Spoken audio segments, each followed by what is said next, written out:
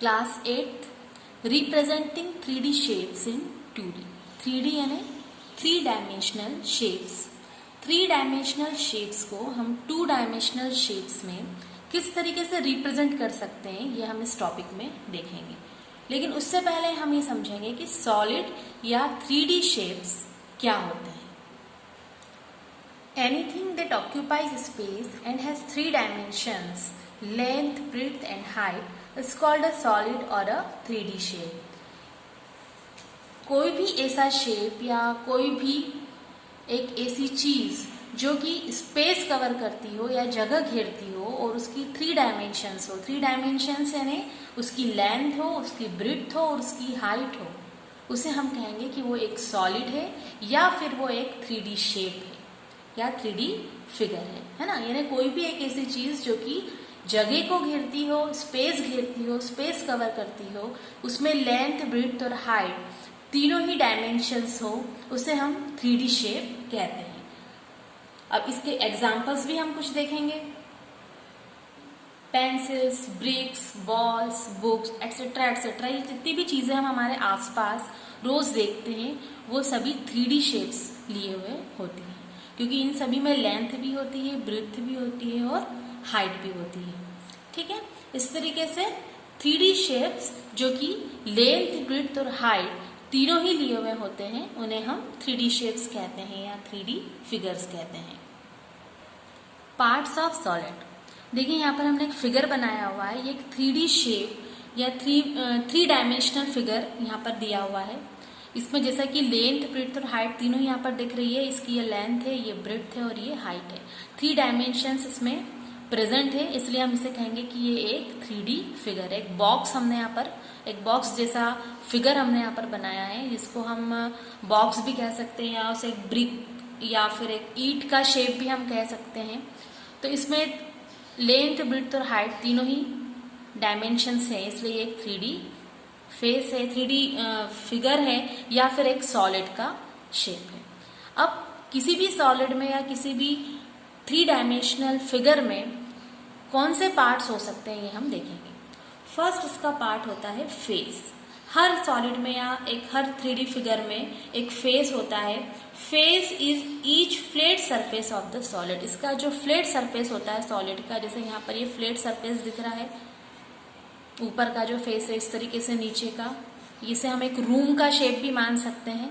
तो रूम में जो छत होती है उसका जो फ्लोर होता है वो उसके फेस कहे जाएंगे, या फिर उसकी जो आसपास की दीवारें होती हैं किसी भी रूम की, तो उसे हम क्या कहेंगे, वो उसके फेस है। तो जो भी एक फ्लैट सरफेस होता है किसी भी सॉलिड में, उसे हम कहते हैं कि वो सॉलिड का फेस है।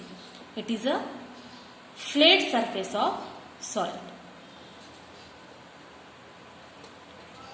फ्लैट सरफेस, फेस को हम फ्लैट सरफेस भी कह सकते हैं। नेक्स्ट पार्ट होता है वर्टेक्स।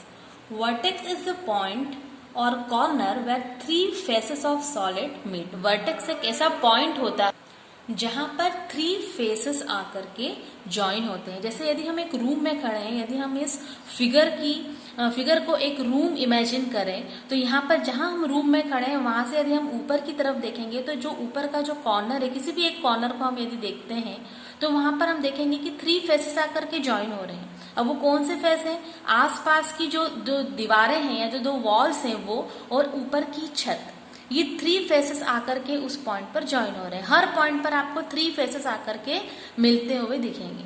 तो इस तरीके से वर्टेक्स क्या होगा? वर्टेक्स यानी corners. Vertex is the point where 3 faces of solid meet. Vertex एक ऐसा पॉइंट होता है या एक ऐसा कॉर्नर होता है या एक ऐसा कोना होता है जहां पर 3 फेसेस आकर के मिलते हैं। हर कोने को या हर कॉर्नर को हम देखेंगे तो हम देखेंगे कि यहाँ पर 3 फेसेस आकर के मिलते हुए हमें दिखाई दे रहे हैं। तो वर्टेक्स क्या हो गया? वर्टेक्स, कॉर्नर्स को हम वर्टेक्स बोलेंगे। थर्ड इसका पार्ट होता है एजेस या edge. Edge is a line segment that is intersection of 2 faces. Edge क्या होगी? ये किसी लाइन सेगमेंट होती है जहां पर 2 फेसेस आकर के या 2 फेसेस का इंटरसेक्शन जो होता है उसे हम कहते हैं वो एज है। जैसे हम यदि एक रूम में खड़े हैं या फिर सॉलिड को ही यदि हम एक रूम माने, तो जिस रूम में हम खड़े होकर के जो लाइन्स हमें दिखती है, जहाँ पर दो दीवारें आकर के मिल रही है, ये जो लाइन्स हमें यहाँ पर दिख रही है, ये लाइन्स उसकी एजेस कहलाएंगी। जहाँ पर दो दीवारें या दो फेसेस आकर के मिल रही हैं, जहाँ 3 फेसेस आकर के मिल रहे हैं उसे हम वर्टेक्स कहेंगे, और जहाँ पर 2 वॉल्स या 2 दीवारें आकर के ज्वाइन हो रही है और जो उनका इंटरसेक्शन हो रहा है उसे हम एज कहेंगे। तो फेसेस क्या हो गए? Where flat surface, faces are flat surface of solid. जो फ्लैट सरफेस होते हैं सॉलिड के उसे हम फेस कहेंगे। तो फ्लैट सरफेस किसी भी सॉलिड में कितने होंगे? ऊपर की छत, नीचे का फ्लोर और आसपास की 4 वॉल्स। टोटल फेसेस यहाँ पर हो जाएंगे हमारे 6।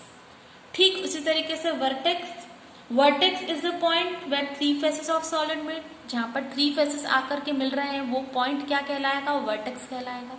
तो इस तरीके से यहाँ पर कितने कोने या कितने वर्टाइसेस आपको दिख रहे हैं? 4 ऊपर के कॉर्नर्स और 4 नीचे के कॉर्नर्स, टोटल 8 वर्टेक्स यहाँ पर हमें दिखेंगे।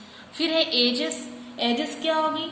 ऐसी लाइन सेगमेंट जहाँ पर 2 फेसेस का इंटरसेक्शन हो रहा हो। तो यहाँ पर ऐसी जो लाइन सेगमेंट हमें कितनी दिख रही है? ऊपर की 4 लाइन्स, नीचे की 4 लाइन्स और जो आसपास की दीवारें हैं उनकी 4 लाइन्स हम देखेंगे। तो 4, 4, 8 और 4, 12 यानी टोटल एजेस यहाँ पर 12 हो जाएंगे। इस तरीके से पार्ट्स ऑफ सॉलिड 3 होते हैं: फेस, वर्टेक्स एंड एज।